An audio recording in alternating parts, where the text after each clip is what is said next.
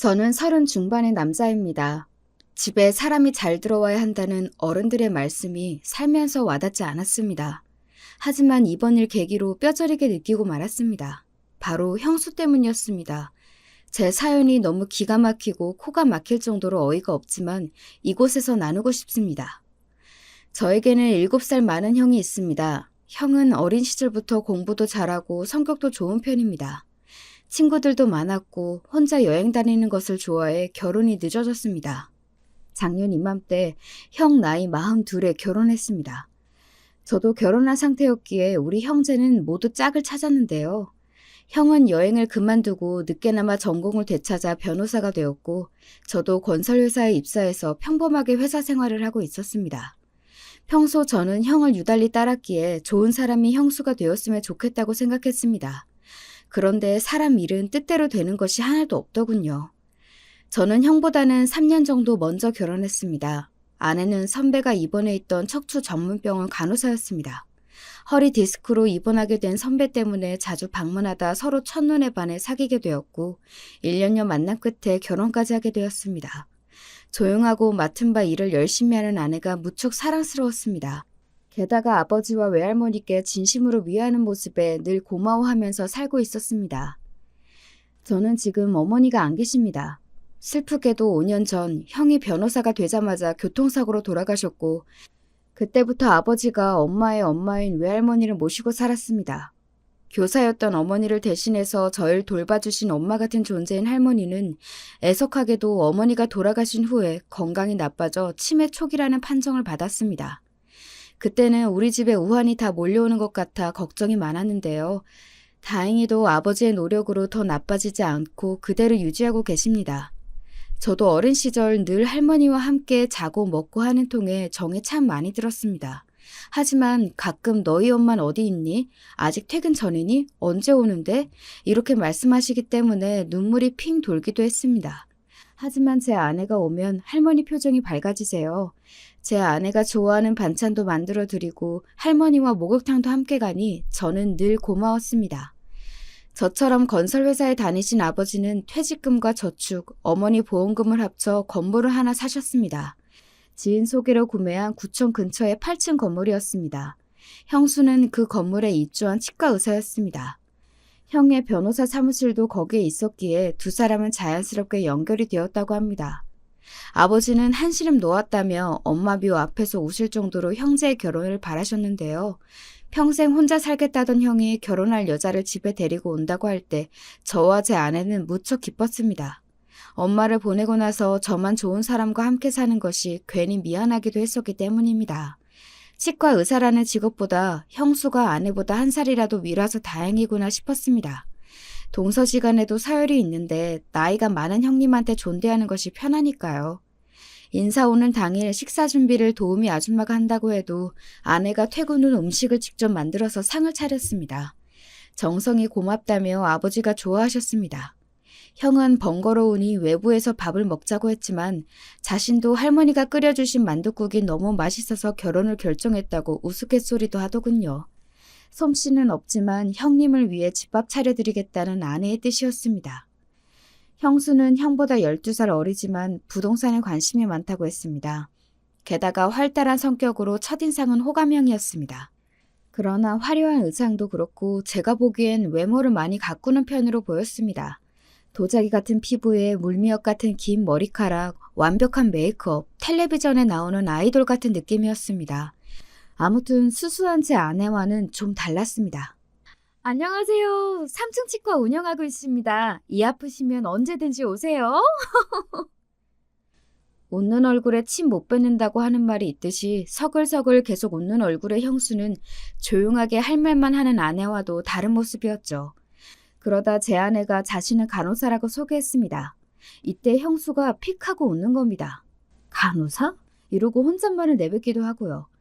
제가 옆에 앉아 있었기에 몇 초간의 이런 장면을 보았는데요. 가족들은 눈치채지 못했지만 저는 분명 보았거든요. 그러다 저를 의식해서인지 표정을 싹 바꾸고는 이렇게 말하는 게 아니겠습니까? 하긴 직업엔 귀천이 없으니까요. 힘드시겠어요. 그래도 옛날에는 간호원이라고 하던 시절도 있었대요. 지금은 간호사라고 하니까 그나마 낫잖아요. 이러는 게 아닙니까? 간호원이라니요. 그게 할 소리입니까? 첫 만남인데 뭐라고 할 수도 없었습니다. 다들 농담이라고 여기고 웃기만 했는데요. 지금 생각하니 그때라도 기분 나쁨을 표현했어야 하는데 안타깝더라고요. 그때부터 아내를 서서히 무시한 것이 아닌가 싶었습니다. 자기는 의사라 이건가요? 의사면 간호사 위에 서는 것도 아닌데 엄연히 위치나 하는 일이 다르다는 것은 유치원생도 아닌 건 아닙니까? 그래도 당사자인 형은 좋아 죽겠다는 표정을 짓고 있으니 제가 입을 다물 수밖에요.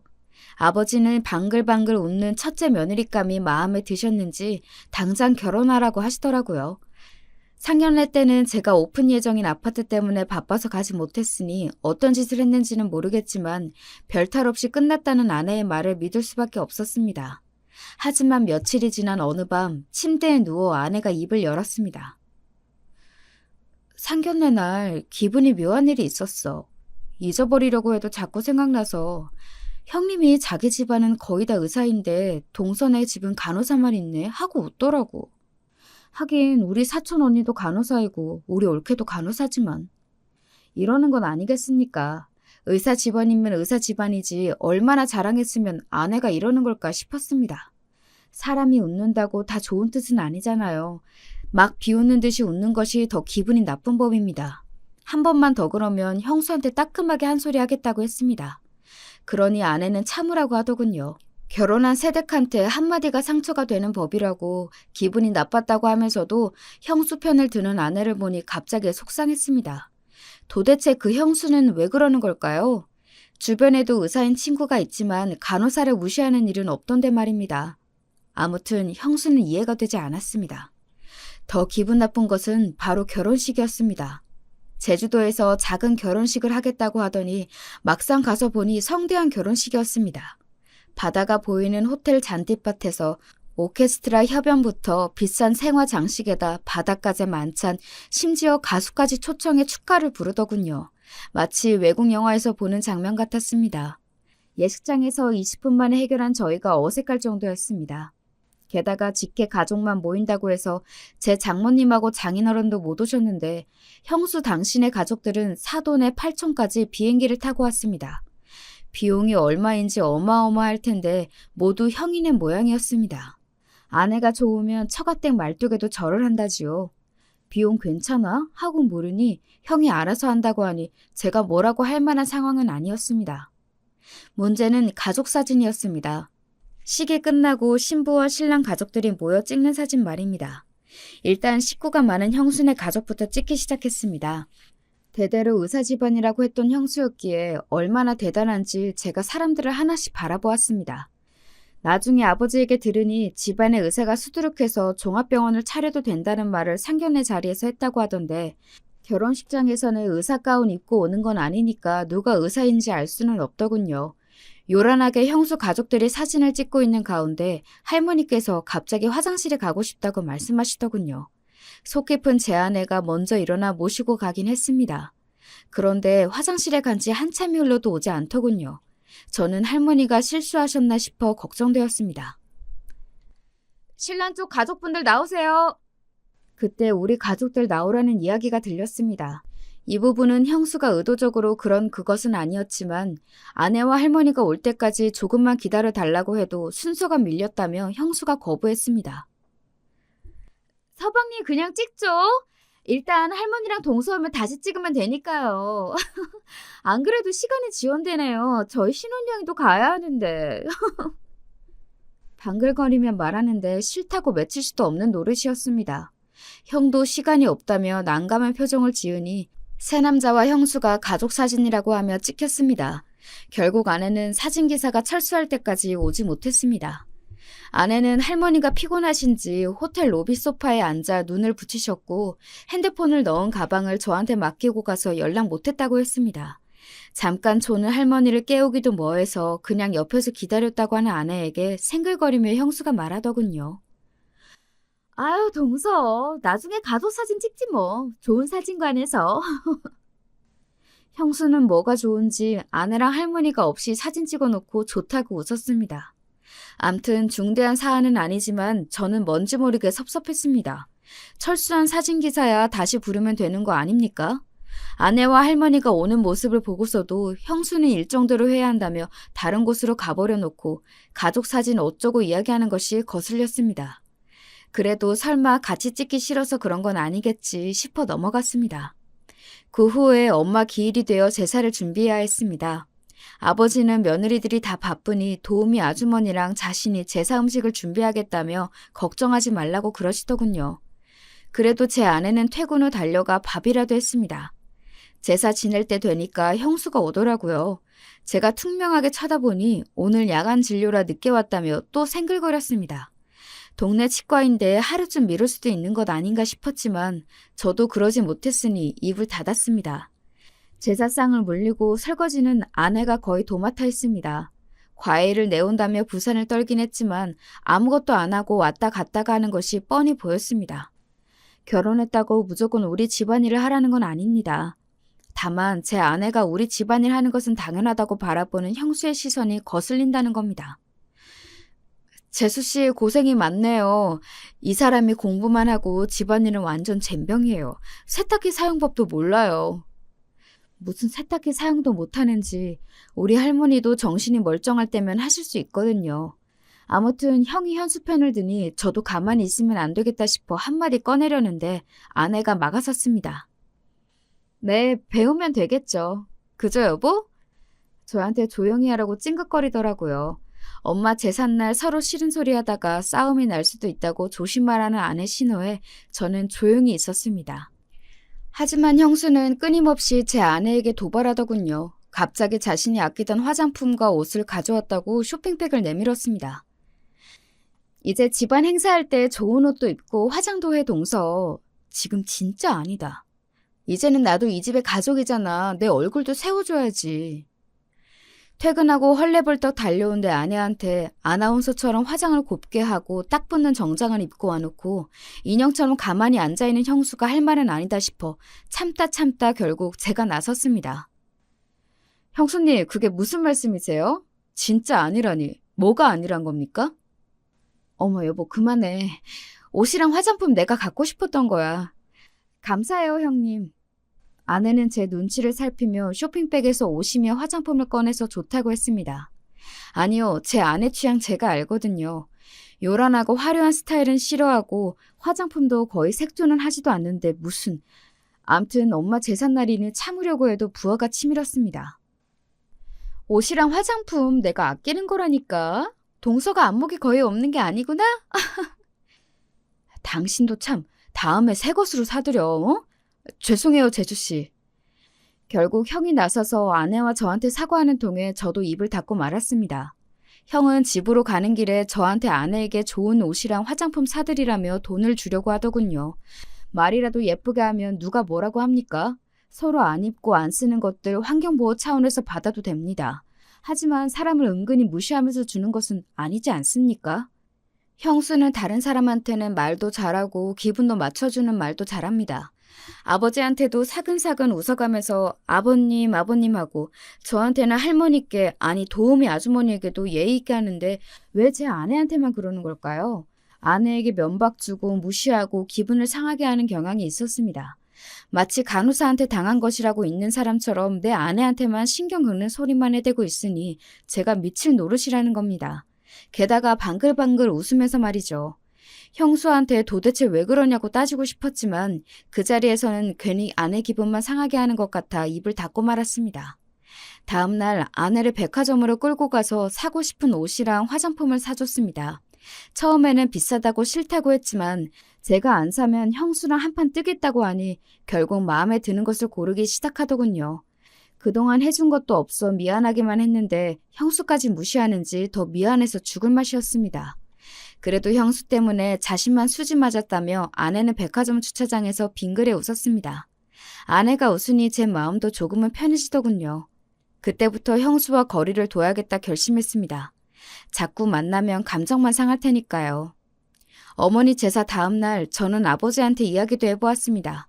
형수가 자신의 의사라고 제 아내를 무시한다고 하지만 아버지는 웃으시며 저희 괜한 자격지심이라고 말씀하시더군요. 형수가 아무 생각 없이 하는 말을 가슴에 담지 말라고 하시며 그동안 엄마 돌아가시고 형의 마음고생이 심했다며 형수를 만나 안정도 되는 것 같으니 저보고 오히려 형 내외가 잘 살게 도와주라고 하셨어요. 저도 엄마가 그렇게 가셔서 마음고생 많이 했거든요. 그때 아내가 아니었다면 지금은 일상생활도 하기 어려웠을 겁니다. 그렇게까지 말씀하시니 저는 한숨이 나왔습니다. 형수와 부딪힐 일을 최소화하려고 노력했습니다. 일부러 형수가 본가에 오지 않을 때만 저희 내외가 방문할 정도였습니다. 그런데 드디어 일이 터지고 말았습니다. 바로 할머니의 생신날 있었던 일입니다. 형수는 결혼하고 처음 맞이하는 할머니 생신이라 근사한 곳으로 초대하고 싶다고 했습니다. 호텔에서 하룻밤을 보내고 식사도 하고 풀파티 형식으로 진행하고 싶다나요? 형이랑 둘이 하면 될 것을 왜 할머니 생신날 한다는 건지 이해는 되지 않았습니다. 요사이 형이 바빠서 겸사겸사 놀고 싶기도 하고 할머니한테 잘 보이고 싶은 마음에 형수 혼자 신나게 계획을 세웠지만 할머니는 갑자기 콩국수가 드시고 싶다고 했습니다.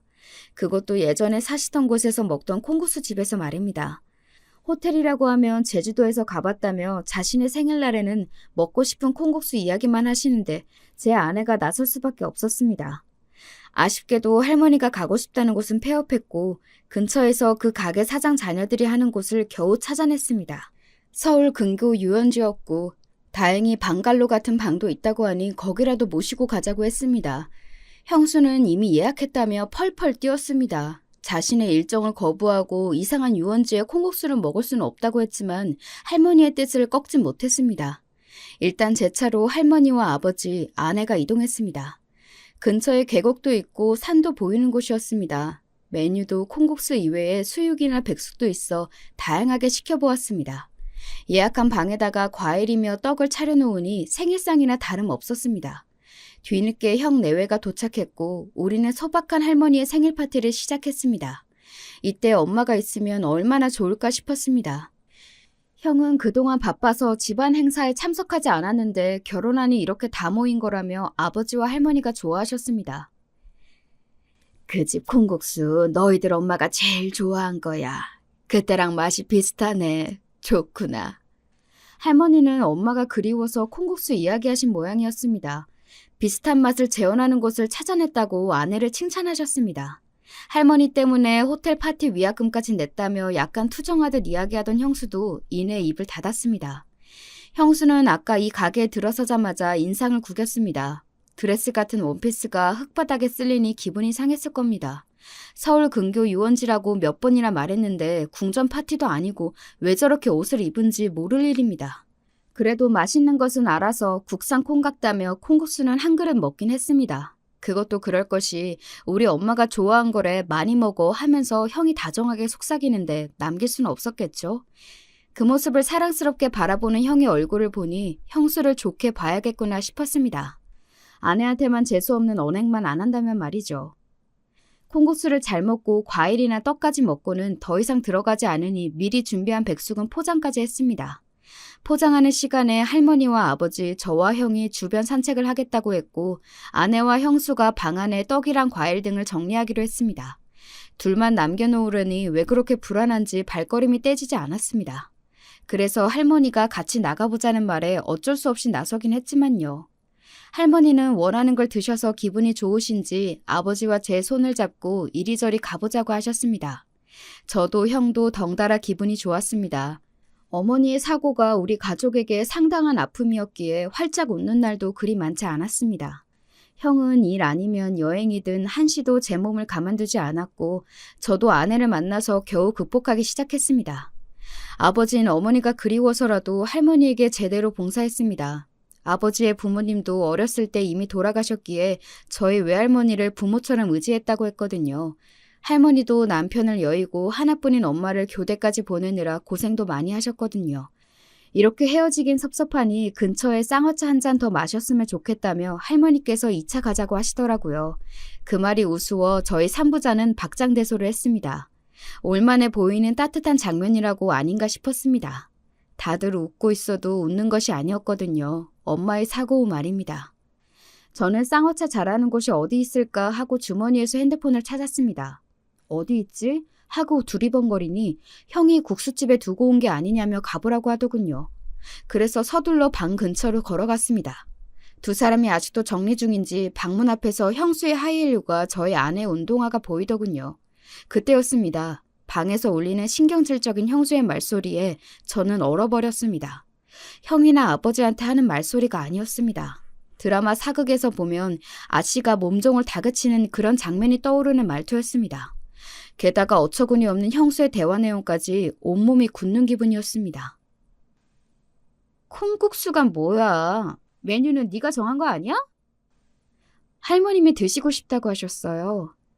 아무리 그래도 더 좋은 곳 있다고 말씀을 드려야지. 이런 국수야 늘 먹는 거잖아. 다음에 좋은 데 갈게요. 그리고 내가 준 옷이랑 화장품은 안 입고 안 발라? 아, 그거요. 저랑 이미지가 안 맞아서 못 입겠어요. 아, 진짜 너랑 급이 안 맞아서 못 다니겠다. 내 친구도 얼마 전 결혼했는데 동서는 같은 의사라서 그런지 척하면 착하고 알아듣는데 너는 정말 답이 없어. 네? 솔직히 사람들이 동서 뭐 하는 사람이냐고 묻는데 뭐 하는지 말도 못해. 서방님도 대기업인데 어디서 널 만났대? 형님 그만하세요. 말이 너무 심하시네요. 진짜 너랑 다니는 거 급이 안 맞아서 안 돼. 쪽팔려 죽겠어. 여기까지 듣는데 제가 다 살이 떨리고 호흡이 가빠지기 시작했어요. 당장 저는 방문을 열어버리고는 벼락까지 소리를 질렀습니다. 형수, 지금 뭐라고 하셨어요? 네? 제가 화를 내며 성큼성큼 걸어 들어오니 아내가 더 놀라며 제 앞을 가로막았습니다. 나중에 물어보니 한 대 칠 듯이 덤비는 모습에 오히려 아내가 시겁했다고 하더군요. 하지만 형수는 아랑곳 없이 또 배시시 웃는 거 아니겠습니까? 어머, 서방님, 왜요? 웃는 얼굴을 보니 더 화가 치밀어 올랐습니다. 마침 형도 저를 따라 방으로 들어오길래 냅다 소리를 질렀습니다. 형수 관리 좀 해. 한 번도 아내 무시하면 그땐 형이고 뭐고 없어. 죽을 줄 알아. 저는 태어나서 형한테 대들거나 반항한 적이 없었습니다. 그런데 죽여버린다는 협박까지 하다니요. 저희는 나이차가 있는 형제지간이지만 서로 싸운 적도 없었습니다. 형이 저한테 심하게 대한 적도 없었거든요. 형은 제 행동과 말에 어이가 없어하며 멍하게 바라보더라고요. 당장 할머니와 아버지가 안 계셔서 다행이라고 생각이 들었습니다. 저도 제가 뱉은 말에 당황했지만 형수가 한 말은 기가 막힌 것 아닙니까? 뭐라는 거니 지금 형한테, 어? 형수가 뭐라고 한 줄 알아? 저는 재빨리 형수가 제 아내한테 했던 말을 다시 형에게 들려주었습니다. 자초지종을 들은 형은 아무 말 없이 형수를 데리고 집으로 돌아갔습니다. 저는 아버지와 할머니에게 급한 일이 생겨 형 내외가 돌아갔다고 말하고는 할머니의 파티를 끝냈습니다. 집으로 돌아와서도 분이 풀리지 않았습니다. 제 아내가 잘못한 일도 없는데 그렇게 매도당하는 것은 어이가 없었습니다. 형님이나 아주버님한테 화내고 대들지 마요. 나한테 하나도 도움 안 돼요. 다음에는 내가 한마디 할 거니까 제발 먼저 나서지 마요. 그리고 아주머님한테 말 심하게 한 거 먼저 사과해요. 죽긴 뭘 죽어. 아내는 형수와 자기의 문제는 둘이 풀어볼 테니 형제끼리 싸우지 말라고 했습니다. 아내의 말이 맞긴 했습니다. 여자들 싸움이 형제 싸움이 되고 곧 집안끼리 싸움이 되니 제발 그러지 말라고. 아내에게 계속 잔소리를 들은 저는 형에게 말이 너무 심했다며 사과 문자를 보냈습니다. 그 후 형은 형수도 미안하게 생각한다며 다신 그런 소리 하지 않겠다는 전화 연락을 받았습니다. 제 아내에게 형수가 직접 사과하는 것이 좋겠다고 형에게 말했습니다. 형이 망설이다 알았다고 했습니다. 하지만 형수는 대면도 아니고 전화도 아닌 문자로 아내에게 미안하다며 사과했고 아내도 마지못해 사과를 받아들였습니다. 아무튼 콩국수 집에서 형수 망언 사건은 이렇게 마무리되었습니다. 문자 몇 개로 미안하다고 하는 형수는 여전히 얄미웠지만 어쩌겠습니까? 손 아래니까 참을 수밖에요. 그로부터 몇 개월 동안은 형수 그림자도 보기 싫어 따로 움직였습니다. 형 내외가 온다고 하면 저는 바쁘다는 핑계로 본가에 가지 않았고 함께할 자리를 피했습니다. 아내를 무시하는 것은 바로 저를 무시한다고 생각했습니다. 그렇게 그 일은 서서히 잊혀갈 무렵 회사에 근무 중인 저에게 전화가 걸려왔습니다. 바로 형수였습니다. 근처에 볼 일이 있었거든요. 저녁이나 먹을래요? 서방님, 저번 일도 있고 사과의 의무로 제가 살게요. 사과라는 단어에 저는 마음이 흔들렸습니다. 아내에게 전화를 하고 시간 되면 함께 나가겠다고 하니 오늘은 저를 먼저 보고 할 이야기가 있다고 했습니다. 저는 잠깐 망설였습니다. 그러나 둘이 만나 아내 무시하는 행동이나 말 정말 조심해달라고 해야겠다 싶은 마음에 혼자 약속 장소로 나갔습니다.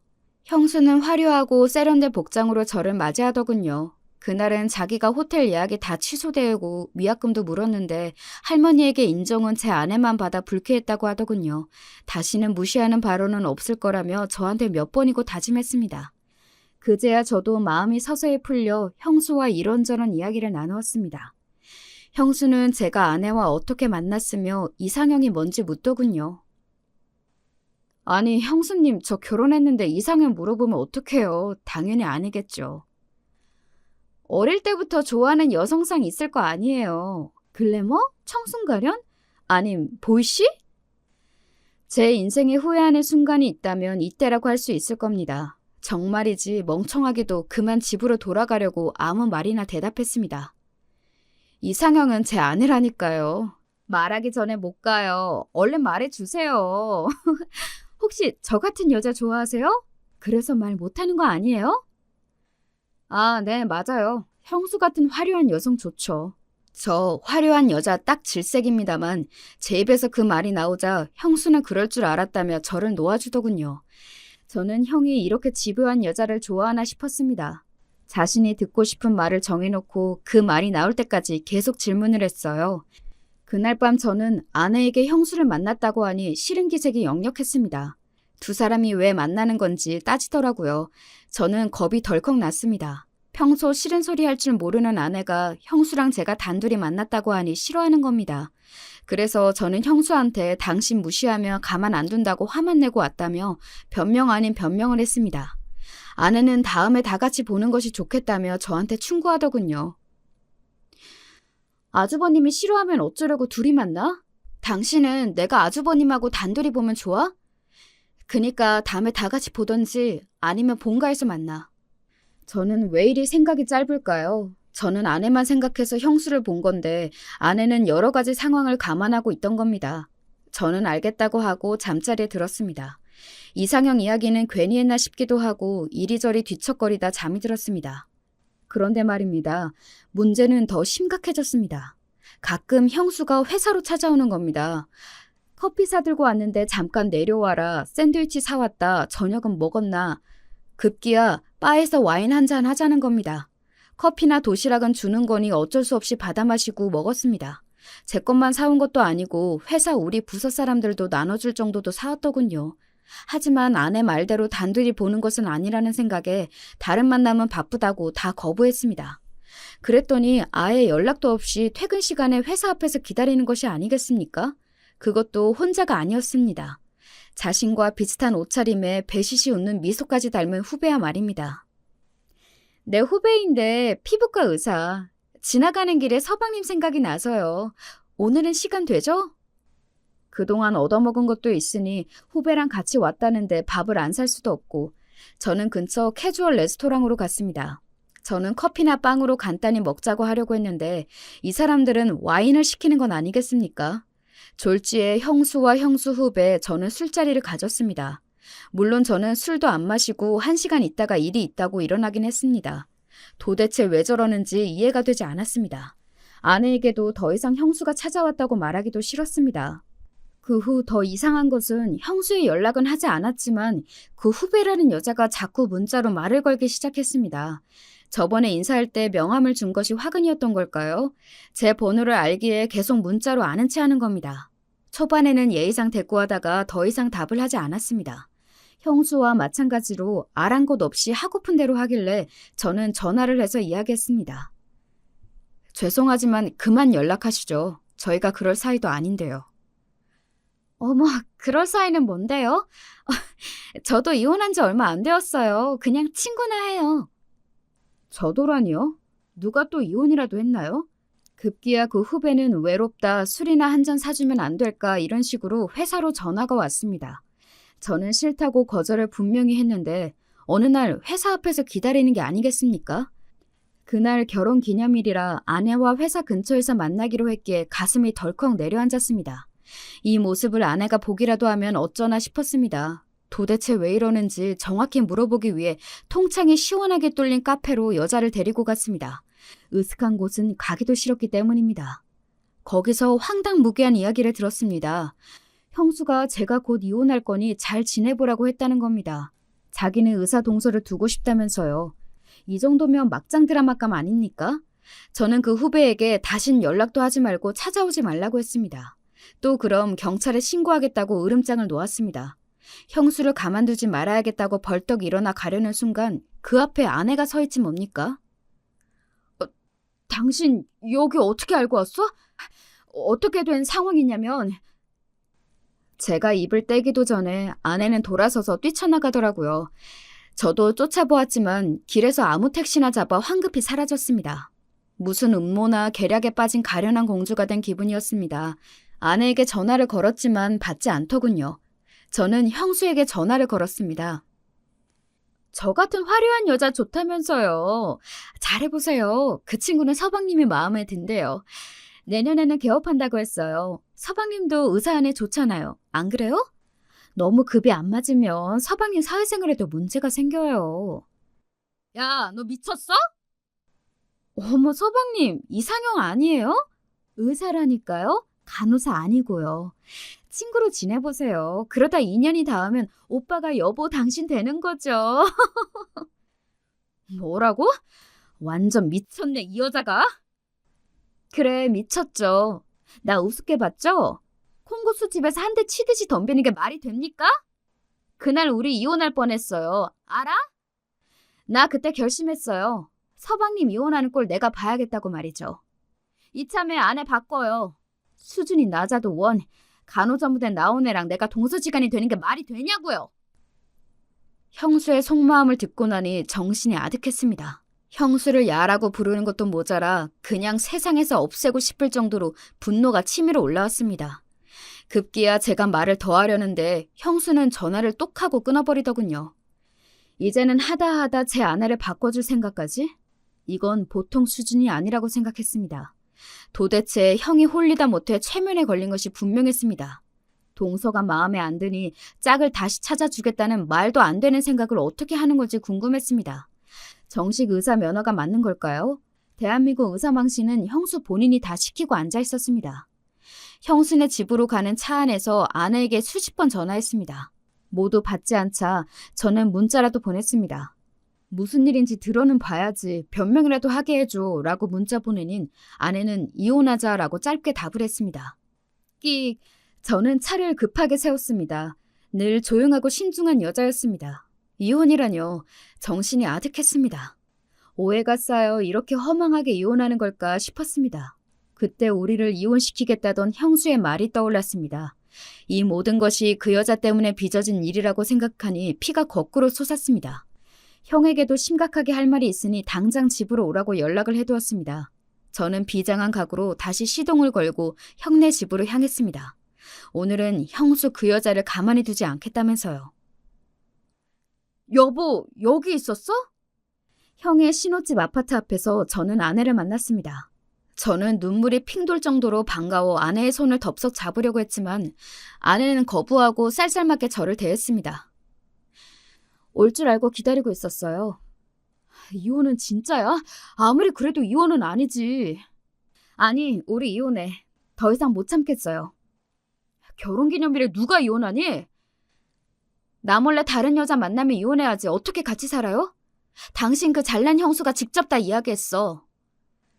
아내는 이미 내가 여기 올 줄 알았다는 듯이 행동했습니다. 형수는 나에게 커피나 샌드위치 따위를 주고 후배랑 와인까지 마신 걸 이야기한 모양이었습니다.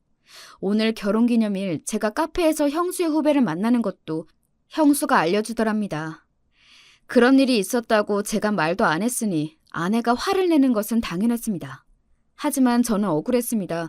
아무 일도 없었기 때문만 아니라 형수가 너무 싫지만 형 때문에 가족 때문에 참은 것도 있으므로 분통이 터졌습니다. 형수 말 다 사실 아니야. 제발 내 말을 믿어. 뭐가 아닌데 후배 소개하니까 당신 얼씨구나 하면 좋아했다며? 그렇게 좋아? 의사가? 의사면 이혼하고 다시 결혼이라도 하려고? 뭔 소리야? 난 당신이 좋지. 무슨 의사야, 의사는. 그런 것들이 의사야? 남의 마음 이렇게 아프게 하는데 무슨 병이라도 낫게 해주겠냐? 그럼 왜 이상형이 형수라고 해, 하길? 이상형이라고 한 적은 없었습니다. 화려한 여성이 좋다고 했다고 그게 무슨... 아무튼 있는 이야기 없는 이야기 지어내서 아내에게 한 모양입니다.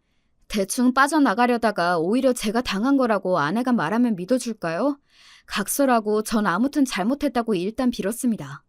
아파트 화단에서 그렇게 비는 남자가 바로 저였습니다. 그리고 제가 그 후배한테나 형수한테 안 만나겠다고 말했던 문자들을 보여주었습니다. 그러자 아내는 입술을 꽉 깨물더군요. 봐봐. 나 절대 아니야.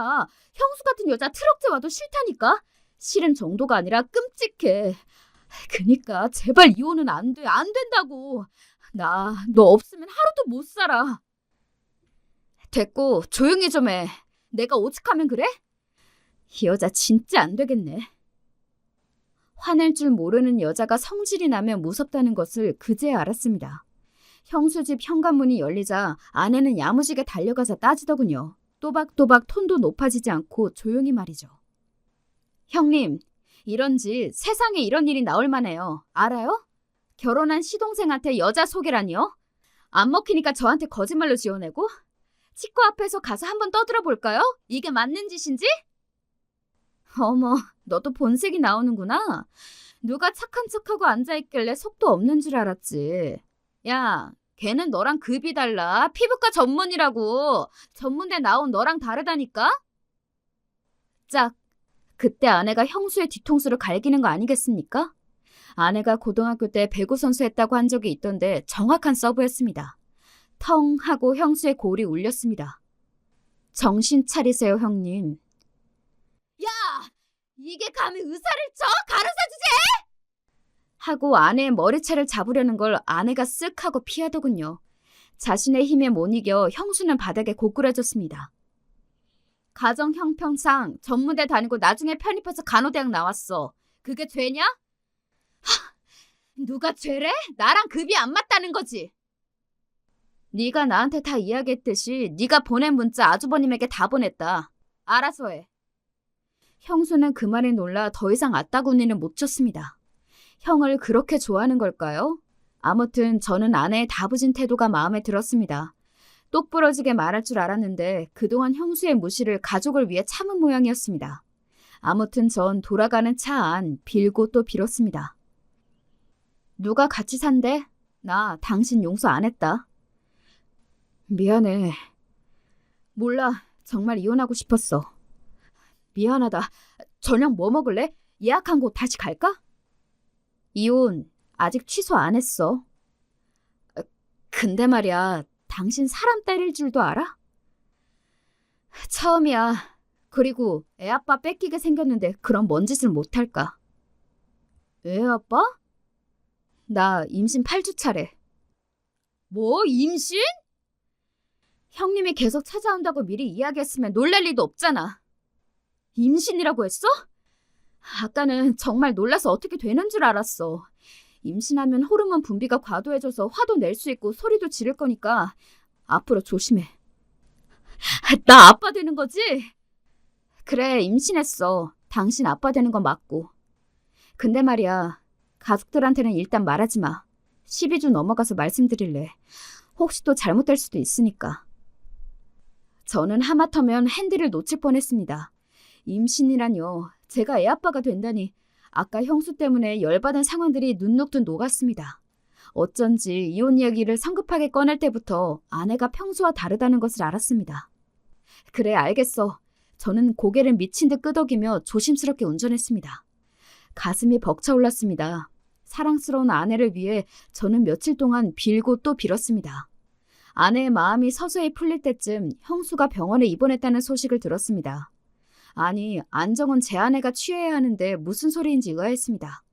게다가 아버지의 호출에 우리 부부는 본가로 달려갔습니다. 너희들 만나고 형수가 유산했대. 도대체 너희들 어쩌고 다닌 거야, 응? 아가 너는 간호사라고 무시한다고 생각하니? 그리고 넌 형수가 너한테 흑심했다고 여기는 거야? 그게 말이야? 네 형은 이제 이혼한다고 말하고 잠적했대. 내가 너희들한테 부탁했잖아. 형 내외 잘 봐달라고. 아버지의 불호령이 우리 부부에게 떨어졌습니다. 적반하장도 유분수지. 그 여자 진짜 몹쓸 사람이었습니다. 유산이라니 어이가 없었습니다. 그런 험한 일은 제 아내가 당할 뻔했기 때문입니다. 그런데 저희한테 덮어씌우다니요. 형수가 임신한 것은 맞는지도 저는 의심스러웠습니다. 아버지, 제 이야기 좀 들어보세요. 듣기 싫어. 당장 병원으로 가자. 너희들이 뭘 잘못했으니 그런 일이 생기지. 당장 사과하러 가자니까. 저와 아내는 아버지에게 우리 임신했습니다 라는 이야기하지 못했습니다. 차마 형수의 유산이 사실이라면 어떡하나 싶었습니다. 그래도 할 말은 해야 한다고 생각했습니다. 저는 아버지에게 그동안 일을 말씀드렸습니다. 콩국수 집부터 형수의 후배 이야기까지 며칠 전에 아내와 형수에게 있었던 일도 말입니다. 아가 모두 사실이냐? 네. 아버지, 그리고 저희는 10달 뒤에 아기 생겨요. 형수 일은 안타깝지만요. 정말 저희는 몰랐습니다. 뭐, 임신? 아버지도 놀라셨지만 더 이상 말씀 못하셨습니다. 형은 유산되고 저희는 임신이라니 당황하실 만도 하죠. 몇 초간 침묵을 지키시다가 아내의 몸 상태를 물으시고는 축하한다고 하시더라고요. 그래도 병원에는 가봐야 하지 않겠냐며 운을 떼셔서 저희는 일단 형수가 입원한 병원으로 가기로 했습니다. 아내는 차 안에서 내내 아무 말이 없었습니다. 날 뒤통수 때린 일이 이렇게 된 걸까요? 생각이 복잡해질 때 할머니도 형수를 보러 병원에 가겠다고 하셨습니다. 그래서 우리 가족은 제 차를 타고 형수가 입원해 있는 곳으로 갔습니다. 형이 갑자기 연락 두절이라고 하니 난감했습니다. 형은 화가 나고 속이 답답하며 무작정 여행을 떠나는 버릇이 있었습니다. 아무튼 병원으로 가는 차 안은 냉기가 감돌았습니다. 아버지가 된 후에는 다른 아기가 잘못되었다는 말만 들어도 가슴이 철렁했습니다. 형수 집까지 찾아가지 말 걸 그랬나 온갖 상념이 저를 사로잡았습니다. 병원에 도착하니 형수는 VIP 입원실에 있다고 하더군요. 형수의 작은아버지가 근무하는 종합병원이었습니다. 병원 앞에 다다르자 할머니께서 갑자기 큰 실례를 하셨습니다. 할머니의 상태가 요즘은 나빠지고 있는지 배변 실수를 자주 하셨습니다. 그러나 아내는 치매 탓이 아니라 긴장하고 놀라면 그럴 수 있다고 했습니다. 형수의 유산이나 형의 잠적 이런 상황들이 할머니를 힘들게 한 모양이었습니다. 게다가 저희의 임신은 타이밍이 좋지 않아 보여 안타까워하셨습니다. 내가 낮에 뭘 잘못 먹었나 큰일을 봤네. 어쩌니. 아니에요 할머니. 제가 도와드릴게요. 그래 오냐. 미안해. 아내는 괜찮다며 병원 화장실로 할머니를 모셨고 저는 근처 속옷 가게로 달려가 갈아입을 것들을 사러 갔습니다. 아버지는 먼저 형수를 만나보겠다고 올라가셨습니다. 할머니는 아내의 능숙한 대처와 다독이는 태도 때문인지 다시 정신을 차리게 되셨고 옷도 다 갈아입으셨습니다. 병원 로비에서 물을 나눠 마시며 안정을 취하는 사이 아버지가 얼굴이 굳은 채 내려오셨습니다. 저희도 올라가 볼게요. 많이 안 좋다고 하나요? 안 가도 된다. 다시 집으로 가자꾸나. 이러는 것 아닙니까? 저희는 의아했지만 아버지의 굳은 표정이 너무 서늘했습니다. 집으로 돌아와 한참 소파에 멍하게 앉아있던 아버지가 아내에게 말했습니다. 형님은 의사인데 너 높아줘야지. 무슨 말인지. 건물주 되라고. 땡땡동 건물 네 남편 돈도 보태져 산 거야. 첫째네 집 사줬으니까. 아니 도대체 의사 간호사 편을 왜 가르는 거니? 아무튼 넌 건물주라 되면 되겠다. 그렇지? 아버지의 선언에 저희는 당황했습니다. 생각해보면 땡땡동 건물 3층 세입자가 형수였습니다. 만약 제 아내가 건물주가 되면 형수는 약이 올라 죽을 텐데 저는 문득 병실에서 어떤 일이 있었는지 궁금해졌습니다. 임신 축하 파티라도 하자며 아버지는 일어나 아끼시던 양주를 꺼내셨습니다. 알고 보니 아버지가 병실 안으로 들어갔을 때는 형수가 화장실에서 누구와 통화를 하고 있던 모양이었습니다. 열받아서 유산했다고 뻥쳤어.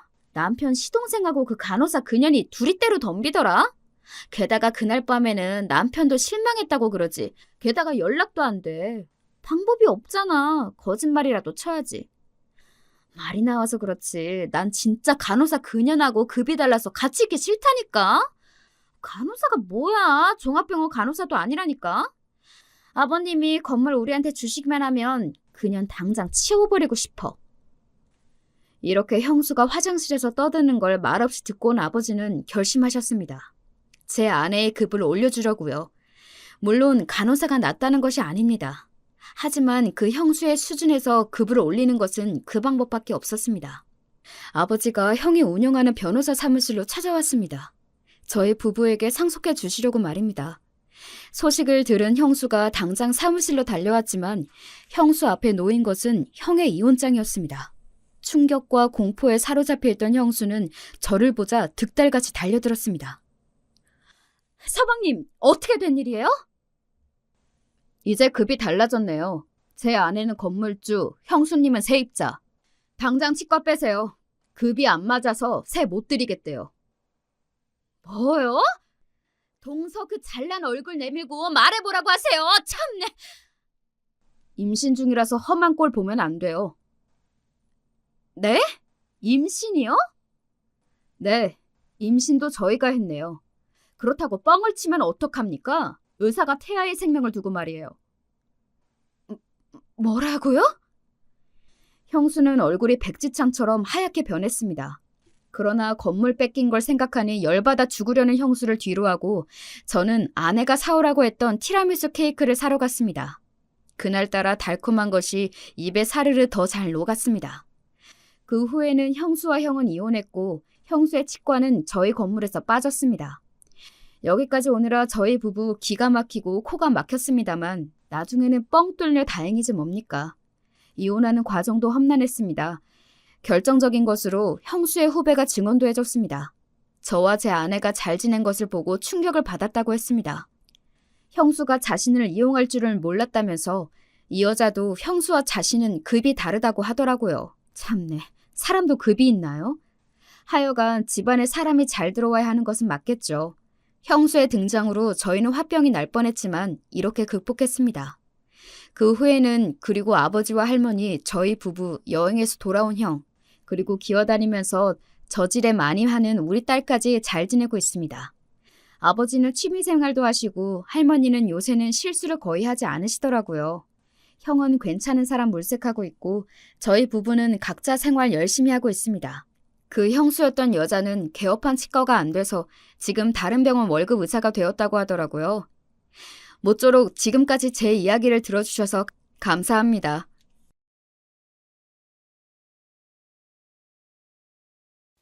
안녕하세요.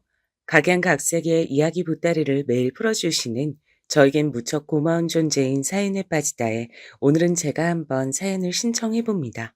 꿈 많고 혈기왕성하기만 했던 소녀 시절이 그리고 아가씨 때가 꼭 엊그제 같은데 이젠 나이가 꽤 지긋하게 들어버린 여자기 때문에 이야기를 풀어내는 게 미흡하더라도 너그러운 마음으로 감안을 해주세요. 저는 오남매 중에 둘째로 태어났어요. 제 위에 있는 장남인 오빠가 어릴 때부터 성정이 좀 되바라진 사람이었어요. 젊은 시절을 속된 말로 아주 한량, 양아치처럼 보냈죠. 유년 시절 중에서 딱 4년을 집안 사정으로 오빠가 큰 고 못되게 보내져서 지냈었는데 그게 뭔가 영향을 미친 것이 아니었겠냐고 자꾸만 친정 부모님께선 그쪽으로 추측을 하셨지만 진실은 지금도 알 길이 없네요. 이렇듯 잘나디 잘나신 오빠를 둔 덕분에 그 바로 아래인 제가 장녀 노릇을 아주 톡톡히 해야만 했었죠. 집안 형편이 썩 좋질 못했었거든요. 한 푼이라도 더 벌기 위해 공사다망하셨던 친정 부모님이셨으니 제가 셋이나 되는 동생들을 일찍부터 다 돌보며 지냈습니다. 지금 생각해보면 저는 못난이 오빠를 대신해서 친정 엄마께 힘이 되어드리고 싶은 장녀가 되고 싶단 바람과 인정과 애정을 다른 형제들보다 더 받고 싶다는 욕구가 기본적으로 있었던 듯 싶어요.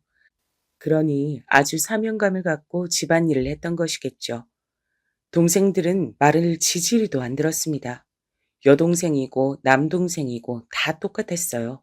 이것들이 나중에 세월이 다 흘러서 각자가 어렸을 적에 제 말을 착하게 잘 들었다고 주장하고 있는데요. 이것은 일방적인 주장입니다.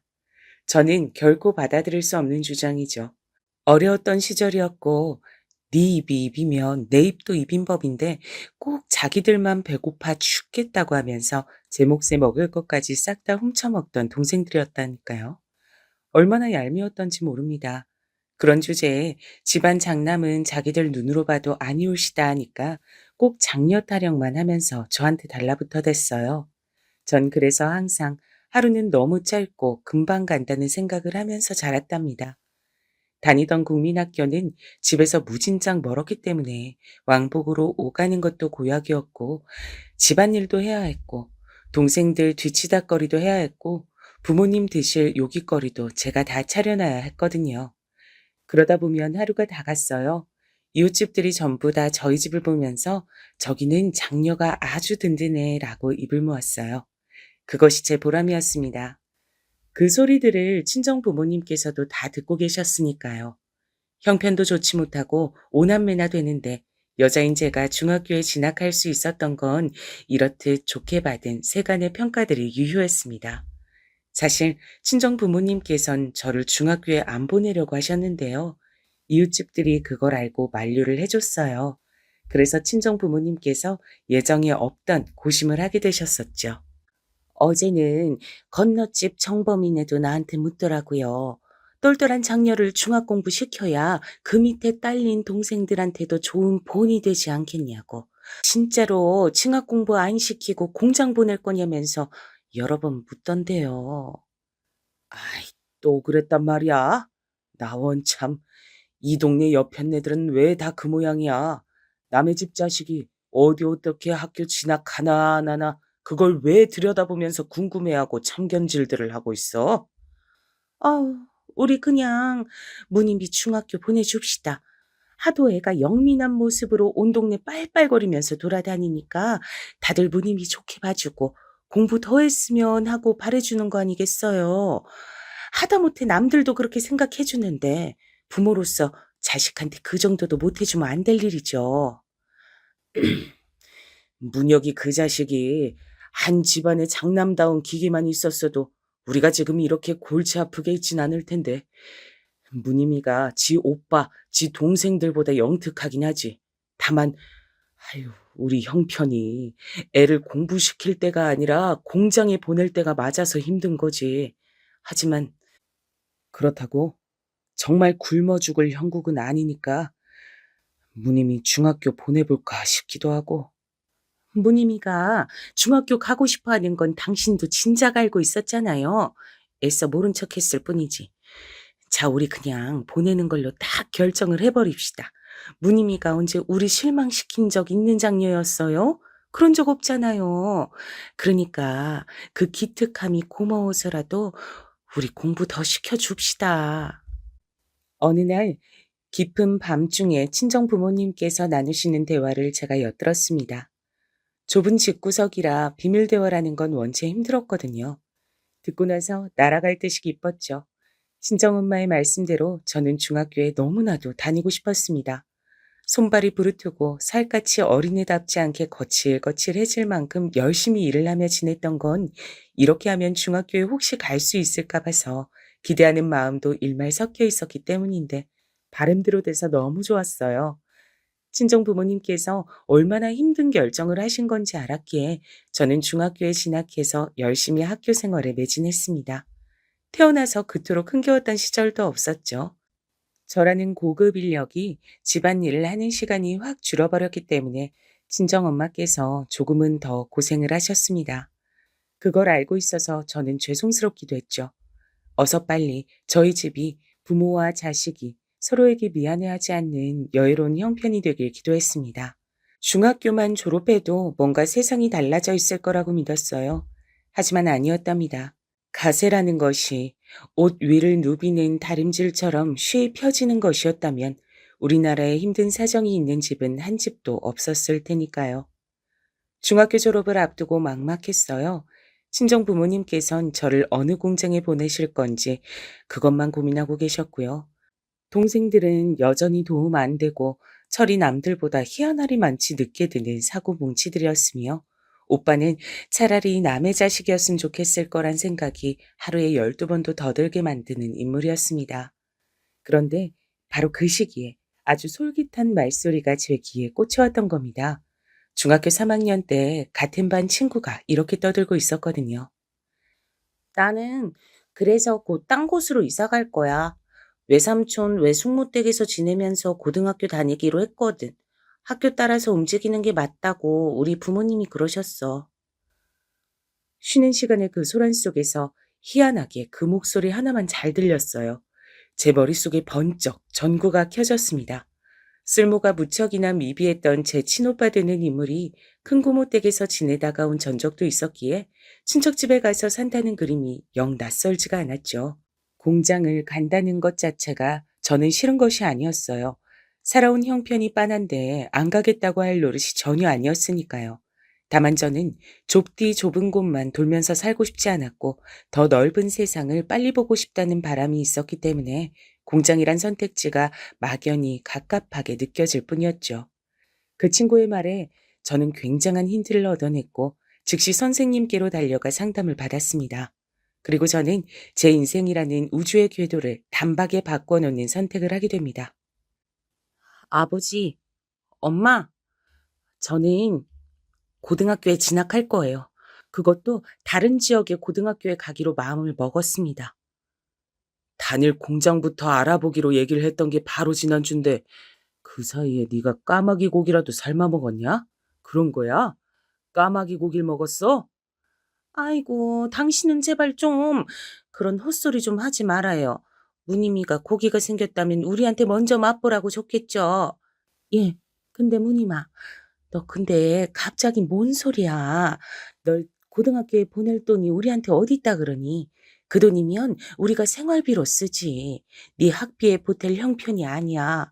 그리고 네가 멀리 가버리면 난 누굴 믿고 의지하며 집안 살림을 하라는 거야. 엄마 고생한 모습은 안 보이는 거야? 최고 효녀인 우리 장녀가 대체 왜 이럴까? 친정 부모님께선 단호하셨으나 제 선택을 막진 못하셨습니다. 왜냐면 저는 일반 고등학교가 아니라 산업체 고등학교에 진학하려는 속셈이었거든요. 고등학교를 나왔다는 학력도 따내고 도중에 일을 다니며 돈까지 벌 수 있으니 일석이조였습니다. 지내는 것은 기숙사에서 하면 되었고요. 제가 이미 다 고등학교를 알아봤다는 것까지 들으시곤 어쩔 수 없이 친정 부모님께선 허락을 해주셨어요. 그리고 제가 돈을 벌어서 집에 보내드리자 그것을 받으시곤 그제야 고맙다, 네가 옳았나 보다라고 하셨죠. 저는 낮에 공장에서 쉼 없이 일을 했고요. 밤에는 야간으로 수업을 들으며 공부를 했습니다. 늦은 시각에 기숙사로 기어들어가서 허기진 배를 움켜쥐며 잠을 청하는 건 모든 학생들이 다 동일했죠. 저는 바로 이때 가히 일생일대의 인연을 만나고 말았던 것입니다. 너 거기서 뭐해? 그거 이미 다 상한 빵 아니야? 딱 봐도 상한 모양새인데. 대체 너는 그걸 왜 먹고 있어? 아무리 밤에 출출해도 그렇지 상한 걸 먹으면 배탈 나. 나, 나도 알아. 빵이 너무 맛있고 귀한 것 같아서 아끼면서 며칠에 걸쳐 야금야금 먹다 보니 이렇게 되고 말았는데 그렇다고 버릴 수는 없으니까 그냥 내가 마저 먹으려고 하는 거야. 충고해 준 건 고마워. 이해가 안 되네. 못 버릴 이유가 왜 있어? 쓰레기통이 어디 있는지 몰라서 그러는 거면 내가 알려줄게. 나는 기숙사의 쓰레기통 위치를 훤하게 꿰고 있거든. 그렇겠지. 너는 모르는 게 없는 애 같으니까. 하지만 나는 어쨌든 이걸 버릴 순 없어. 왜냐면 이건 우리 엄마가 주신 빵이란 말이야. 집안 형편이 좋지 못해서 빵은 거의 못 먹어봤어. 그런데 우리 엄마가 나 먹으라고, 먹고 힘내라고 모처럼 빵을 사다 주셨는데 바보같이 야금야금 먹는 바람에 이렇게 됐으니 상한 부분은 참고 먹어야지. 늦은 밤중에 상태가 안 좋아 보이는 빵을 먹고 있던 친구가 있었어요. 밤인데도 머리를 유달리 꽉 조여서 하나로 단정히 묶고 있는 게 특징인 친구였습니다. 그리고 여태까지 저는 이 친구를 몇 번 마주쳤었지만 이렇듯 말을 하는 모습을 본 게 처음이란 사실을 곧 깨달았죠. 인상부터가 차분하고 말수가 적을 것처럼 보이는 친구였어요. 호기심에 눈을 곧잘 빛내곤 했던 저와는 상반된 인상의 소유자였죠. 상한 빵을 우물거리고 있었던 진짜 이유를 듣고 나자 저는 왠지 그 친구를 그냥 지나치기 어려워서 저도 모르게 그 옆에 앉고 말았습니다. 이름이 뭐냐고 물었더니 머뭇거리면서도 최남순이라고 알려주더군요. 그러면서 덧붙인 말이 신기했습니다. 너, 너는 박무님이지? 알고 있어. 너는 성격이 활발하고 선생님한테 질문도 많이 하잖아. 그래서 알고 있었어. 정말? 그거 내가 그동안 너무 설쳤다는 뜻이지? 충고 고마워. 앞으로는 자중할게. 그런 거 아닌데? 절대 아니야. 나는 그냥 네 성격이 부럽고 좋아 보인다는 뜻이었어. 저, 정말이야. 남순이의 이름을 처음 알게 된 건 바로 그 순간이었죠. 당황하던 남순이는 제 장난기 짙은 표정을 보고 나서야 제가 그저 농담을 했을 뿐이라는 걸 알아차렸습니다. 저는 웃으며 빵을 다 먹을 동안 옆에 있어 주겠다 했어요. 비단 상하기만 했을 뿐 아니라 눈물 젖은 빵인 것 같다는 느낌이 왠지 모르게 들고 있었기 때문입니다. 혼자 어둑한 기숙사 복도 계단에서 앉아 먹기엔 너무나도 외로운 빵이었죠. 남순이는 천천히 빵을 먹기 시작했고 이런 걸 굳이 먹는 자기가 우습고 이상해 보이진 않냐고 물었어요. 그래서 저는 동생들이 씹다가 뱉은 나물도 어릴 적에 먹으면서 컸다는 얘기를 해주었죠. 그러자 남순이가 화들짝 놀랐어요. 그 반응이 재밌어서 그랬던 것인지 아니면 서로가 편하게 느껴졌기 때문인지 저는 제 지난 얘기들을 꽤 늘어놨답니다. 그러는 동안 남순이는 웃기도 하고 심각해지기도 하면서 들어줬고요. 남순이가 원래는 이렇듯 누군가와 활발하게 대화를 교류하는 친구가 아닌 것을 저는 금세 알 수 있었습니다. 다른 친구들에게 남순이에 대해 물어봤더니 누구 하나 남순이와 제대로 대화를 나눠본 적이 없었기 때문이에요. 혼자 조용히 공부하는 애라서 굳이 아무도 먼저 말을 걸어본 적이 없었다 그랬죠. 성격도 외향적이고 어떤 친구든 가리지 않고 스스럼 없이 대화하는 저를 그동안 남순이가 좋게 봐왔기 때문에 저와 대화하는 그런 순간들이 만들어졌을 때 자기 딴엔 용기를 내서 말을 길게 꺼낸 것이란 사실을 시간이 좀 지났을 때 남순이가 그렇게 말을 해줘서 전 알 수 있었습니다. 그렇게 되었을 때는 이미 저희는 꽤 친한 친구 사이가 되어 있었죠. 서로의 속사정을 알고 나면 금세 가까워진다고 하잖아요. 저랑 남순이가 그런 경우였던 듯 싶어요. 제가 살아온 이모저모, 그리고 왜 이런 고등학교에 진학하게 되었는가 하는 이유까지 듣게 된 남순이는 저를 친근하게 여기기 시작했죠. 저 또한 남순이의 집안 사정을 다 알고 나니까 심적으로 무척 가깝게 느껴졌어요. 저는 항상 집안에 도움 하나 안 되는 오빠 말고 의지할 수 있는 언니가 있었으면 좋겠다고 생각해온 아이였고, 저랑 2살 차이밖에 안 나는 셋째가 남동생이 아니라 여동생이었다면 좋았을 거란 생각 역시도 해왔기 때문에 남순이가 마치 친자매처럼 여겨졌던 것 같아요. 남순이도 제법 다사다난한 집안 사정이 있는 친구였습니다. 남순이가 6살 되던 해에 친부가 집을 나가셨다네요. 당시에 남순이의 남동생이 고작 2살이었습니다. 그토록 어린 자식을 두고 친부께선 웬 도박인지 여자인지에 홀려서 집을 나가셨다고 해요. 남순이는 남동생과 외조부모님 밑에서 살기 시작했고 어머니께선 남매를 위해 하루 종일 돈을 버셨습니다. 그리고 남순이가 9살일 때 어머니께선 어떤 분과 만나기 시작하셨다 그래요. 남순이에게 이분은 계부나 다름이 없으셨죠. 하지만 무슨 영문인지 왜 조부모님 2분은 계부를 반대하셨고요. 어렸던 남순이는 그 이유를 모르고 지내다가 어머니의 손에 이끌려 남동생과 외가를 나왔고 계부와 함께 4식구가 살게 됐죠. 하지만 그로부터 딱 1년 뒤 계부가 사기 범죄를 일으킨 뒤 잠적을 해버렸어요. 집에는 아무런 돈 될 것이 남아있지 않았고요. 사기 피해자들이 애꿎은 어머니와 남매를 비난하며 거의 죽일 기세였다고 합니다. 세 식구는 빈털터리가 된 채로 다시 외가를 향했죠. 외조부모님께선 엄하게 꼬집긴 하셨지만 자식 이기는 부모 없다고 다시 받아주셨다고 해요. 하지만 하늘도 무심한 비극이 벌어지고 말았어요.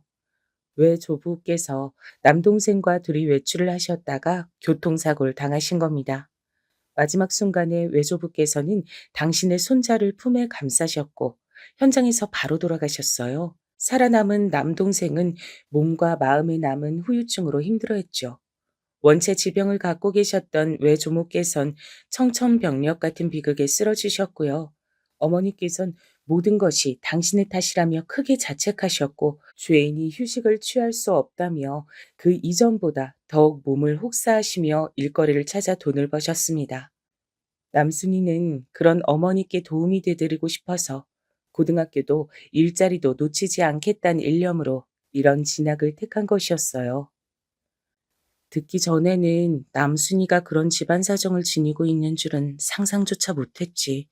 사람들은 저마다 아픔 어린 사연들을 가슴 깊숙한 곳에 안고서 살아가는구나. 남순이와 친해진 것은 저로 하여금 다른 사람들의 인생에 대해 태어나서 처음으로 생각해보는 계기가 됐습니다. 저는 밝고 씩씩하게 구는 것을 잘하는 아이였으나 사실 그것은 오래된 습관이자 버릇 같은 것일 뿐 속으로는 힘들다는 소리를 가장 많이 삼켜넘기는 아이였어요. 저는 겉으로 드러나는 저보다 속으로 담긴 제 모습이 진짜 저라고 여겼습니다. 그래서 남순이가 좋았던 것 같아요.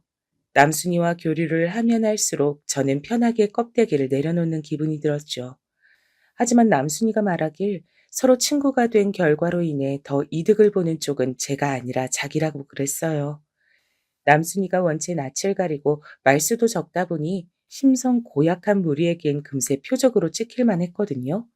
겪어보신 분들은 아마 공감을 하실 건데요. 스스로를 강자 집단이라 칭하고 약자들을 괴롭히는 종자들은 왜 어딜 가나 꼭 있는지 모르겠어요. 그렇지 않나요?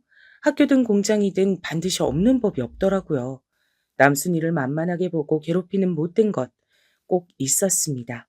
자기가 피곤하고 기분 나쁜 걸 대체 왜 남순이한테 짜증을 내고 사람 머리를 때리면서 푸는 것인지 저는 이해가 안 가더라고요. 야, 너네 뭔데? 내 친구 괴롭히냐? 그렇게 할 일들 없어? 국민 학생들도 안 할 것 같은 유치한 짓들을 하고 자빠졌네. 너네 한 번만 더 내 친구 최난순을 괴롭혀봐. 그땐 내가 두 배로 갚아줄 테니까. 나는 미친 개가 인정한 별종이야. 별종 상대하고 싶음 계속 그렇게 굴면 돼. 하지만 저한테 걸리면 얄짤없었습니다.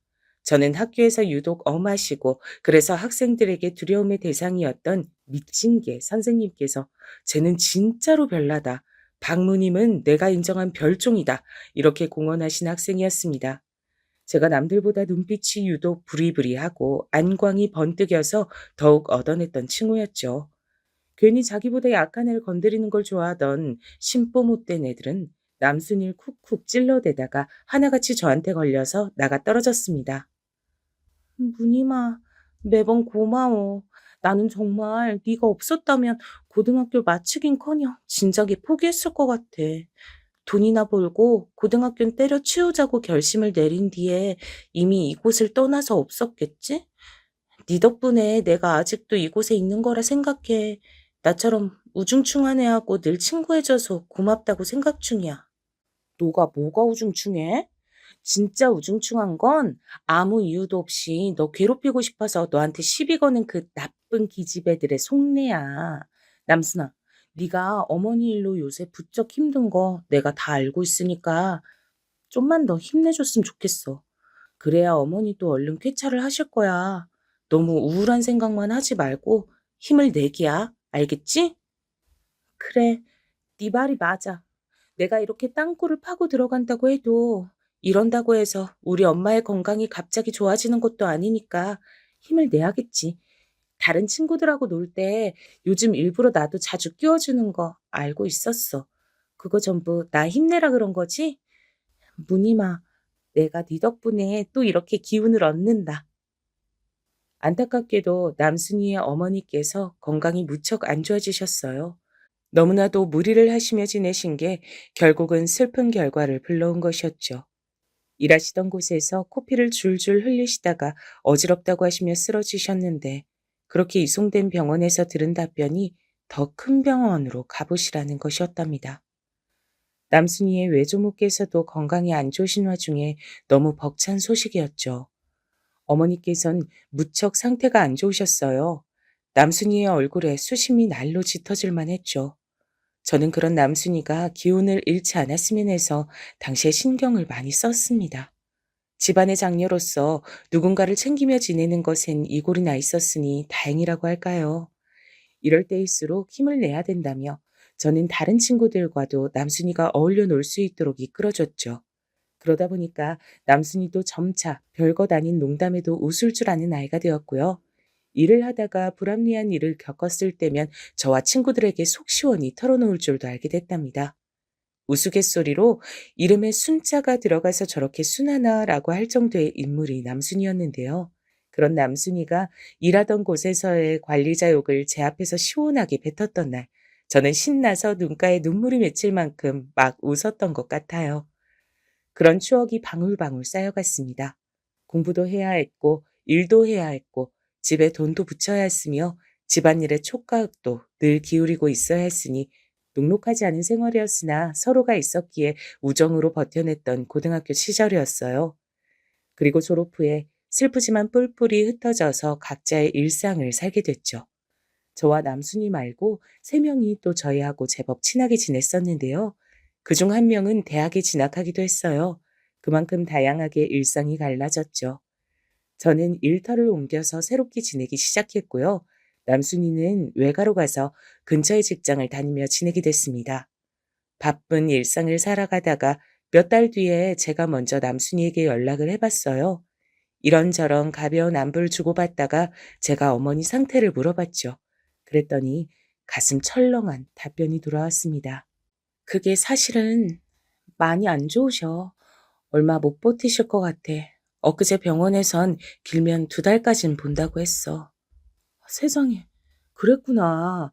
네가 그건 정말 힘들었겠다. 내가 지금은 직장에서 상황이 영 안 좋아서 너무 힘들고 다음 달에나 어머니 한번 찾아뵐게. 가서 뵙고 인사드려야지. 에이, 아니야, 무늬마. 그럴 필요 없어. 왜 애써 여기까지 온다 그래. 안 그래도 돼. 하지만 안 찾아뵐 수 없겠다 싶었어요. 저는 새 친구들에게 연락을 그래서 미리 해두었죠. 시간 맞춰서 다음 달에 꼭 함께 가보자고요. 친구들도 그때 시간을 내보겠다고 긍정적으로 말들을 해줬어요. 그런데 다음 달이 되었고 제가 친구들을 데리고 가보려던 날짜를 불과 일주일 앞두고 남순이의 어머니께서 갑자기 돌아가셨습니다.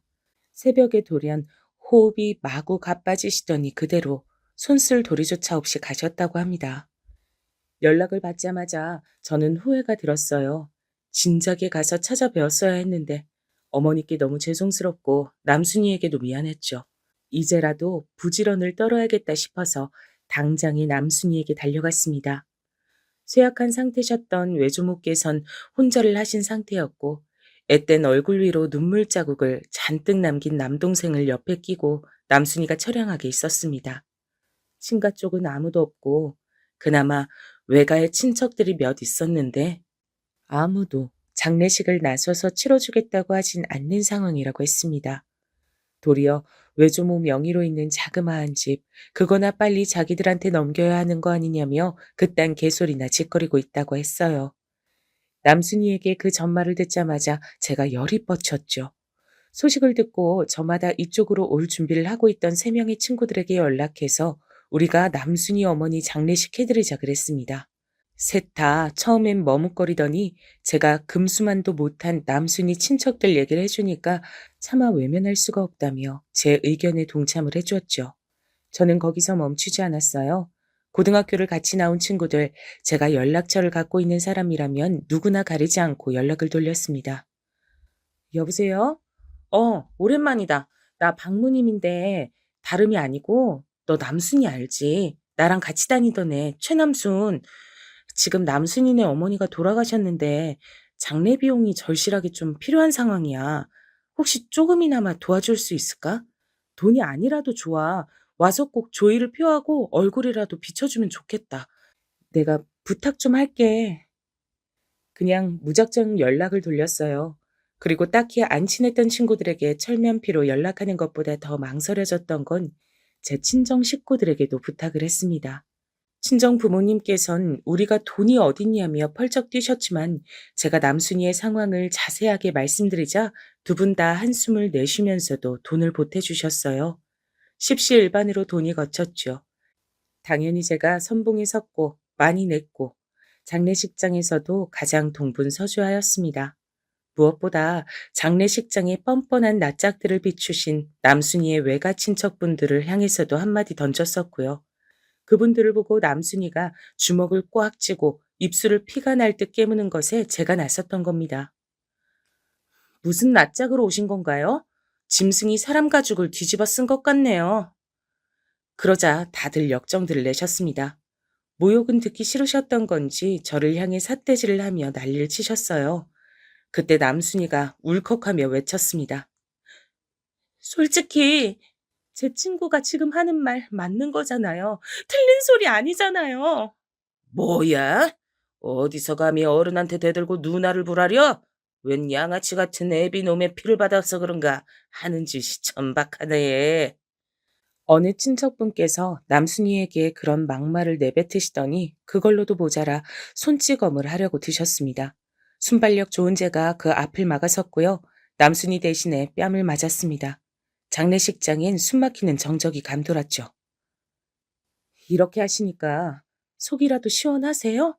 스스로 떳떳하지 못하고 창피한 건 아마 잘 알고 계실 거라 생각합니다. 영영 이 순간을 수치스러워하면서 살아가세요. 제가 안광을 형형하게 밝히며 외치자 그분이 주춤거리며 뒷걸음질을 치셨습니다. 다른 친척분들도 마찬가지였죠. 저마다 창피한지 얼굴들이 붉어져 있었어요. 그러더니 죄다 주랭랑을 쳐버렸죠. 제가 부른 친구들과 남순이 어머니께서 생전에 연을 맺으셨던 분들로 이뤄진 단촐한 장례식이 무던히 이어질 수 있었습니다. 어머니를 보내드린 이후에 남순이하고 둘이 국밥집에 와서 마주 앉았어요. 정말 고마워, 무늬마. 네 덕분에 우리 엄마 가시는 길 외롭지 않으셨을 것 같아. 우리 엄마 힘들게만 사시다 떠나셨으니 내가 우리 엄마를 대신하겠다는 심정으로 아주 멋지게 살아보려 그래. 나 어릴 때 우리 엄마는 길고 짧은 건 대봐야 아는 일이라고 늘 그런 말씀 해주셨거든. 나는 그 말씀이 꼭 맞았으면 좋겠어. 이런 말 하는 거 창피한데 너니까 하는 거야. 좋은 각오인데? 남순아, 넌 반드시 그렇게 될 거야. 멋지게 살 수 있을 거야. 진짜로? 내가 그럴 수 있을까? 의욕은 당장에 앞서지만 솔직히 막막하고 겁도 나긴 해. 너 원래 말 더듬고 상대방 눈도 똑바로 못 쳐다보던 애였던 거 알아? 우리 처음에 대화 나눴을 땐 분명히 너 그랬었어. 근데 지금 너를 봐. 그때와는 벌써 한참 달라져 있잖아. 그니까 앞으로는 더 엄청나게 달라질 수 있겠지. 네 말 들으니까 내 안에서 용기가 막 샘솟는다? 이런 얘기하는 김에 더 속내를 밝혀보자면 나는 그럴싸한 남자 만나서 시집 잘 가서 그런 식으로 내 팔자 펴볼 생각은 전혀 없어. 이런 얘긴 좀 이상하지? 와, 그렇구나. 난 왠지 네가 그럴 것 같았어. 넌 누구보다 얌전했지만 도저히 요조숙녀처럼 보이진 않았거든. 반에서 항상 우리 중에서 현모양처가 가장 어울리는 사람을 장난으로 뽑을 때 너 뽑았던 거 알지? 근데 동시에 가장 안 어울리는 사람 뽑을 때도 네가 1순위였던 거 알아? 너 왠지 모르게 너만의 길을 갈 것 같은 그런 고든 심지가 그 눈동자에서 엿보이는 애였던 것 같아. 그런 건 말로 전해지는 게 아니거든. 나도 너처럼 우리 엄마가 해주신 말씀 중에서 가장 좋아하는 대목이 있어. 그게 뭔지 알아? 아니, 모르겠어. 궁금해. 나도 듣고서 새길래.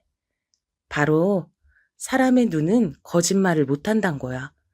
자연스레 아닌 척 웃고 있어도 눈은 진실만은 담고 있기에 사람은 눈을 봐야 된다고 한대. 사람의 눈빛을 딱 봤을 때 음흉한 기운, 동태 눈깔 이런 게 느껴지면 그 사람은 영 상종 못할 사람이란 거지.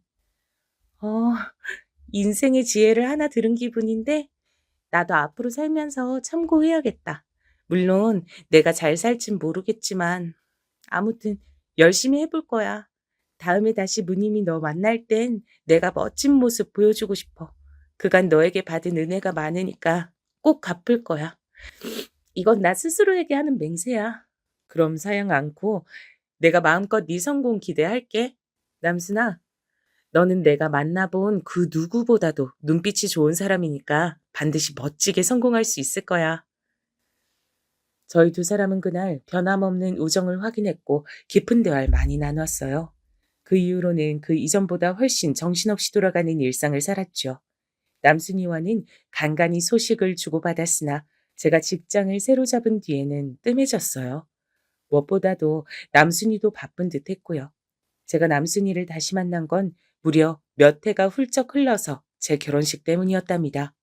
참고로 남순이 어머니 돌아가시고 친정 부모님께 돈을 보탬받았을 때 친정 엄마로부터 저는 이런 말씀을 들은 바 있었어요.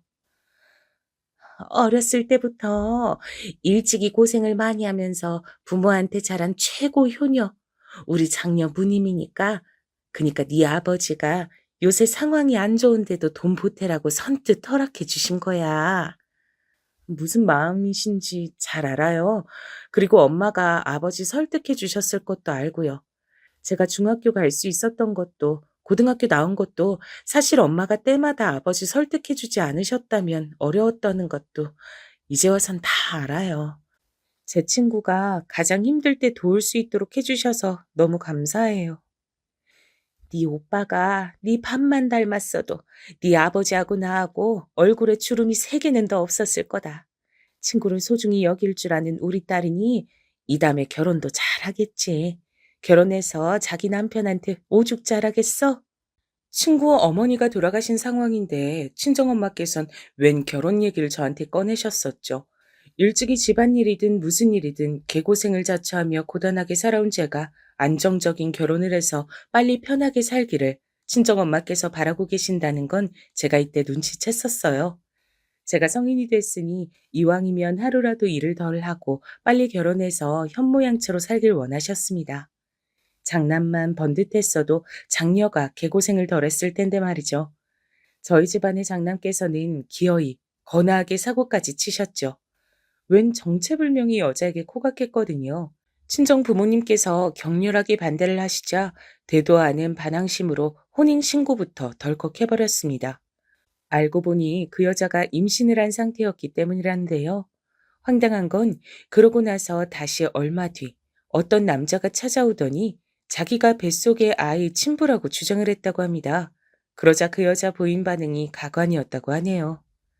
나는 오빠가 나랑 우리 애기 버린 줄 알고 얼른 우리 책임져 줄 바보를 찾아서 콱 물어버린 거였는데 이럴 줄 알았으면 괜히 결혼했네. 오빠, 얼른 나 데리고 가줘. 그럴 거지? 순식간에 바보가 된 오빠는 치미는 부하 때문에 발작하고 쓰러졌죠. 집안이 뒤집힌 건 당연했고요. 그런 마당이었으니 저만은 부디 좋은 결혼 자리를 찾길 바라셨던 거고요. 친정엄마께서 하도 제 결혼을 오매불망 기다리셔서 오래 끌지는 않고 얼른 결혼을 해버렸던 것 같아요. 남편은 번듯한 남자였거든요. 그런 남자가 제가 좋다고 하는데 마다할 이유는 없었습니다. 시댁은 작게 사무실을 운영하며 개인 사업을 해온 지 그때가 딱 햇수로 10년 차였고요. 규모가 어찌됐든 사업이라니 멋져 보였습니다.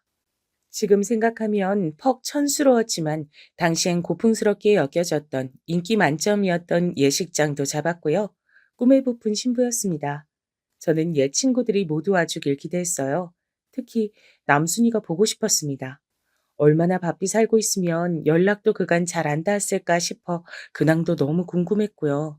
제 결혼식 날 남순이는 아주 단정한 밤색 원피스를 차려입고 왔습니다. 머리칼은 언제나 그렇듯 옷보다 더욱 단정했고요. 조금은 헬쑥해 보였던 것으로 기억을 합니다. 제 결혼식 날의 남순이 모습이 사진으로 안 남아 있어서 안타까울 따름이네요. 남순이가 사진 속에 남지 않았던 이유가 있습니다. 결혼식이 시작되기 전 저를 따로 보러 온 남순이가 대뜸 저에게 봉투를 건네줬어요. 결혼식의 주인공인 새 신부였던 저는 바쁘고 정신없는 상황에서도 남순이를 보자마자 반가웠고 건네진 하얀 봉투에 왜 축의금을 따로 주지? 싶은 생각부터 했었습니다. 받은 봉투를 따로 챙겼고 남순이와의 회포를 결혼식이 끝난 후에 천천히 풀 수 있다면 좋겠다고 생각을 했어요. 그런데 결혼식이 끝나고 다 같이 모여서 인사를 나누며 사진을 찍을 때가 됐는데 눈으로 열심히 찾아봤지만 그 어디에도 남순이가 보이질 않았습니다.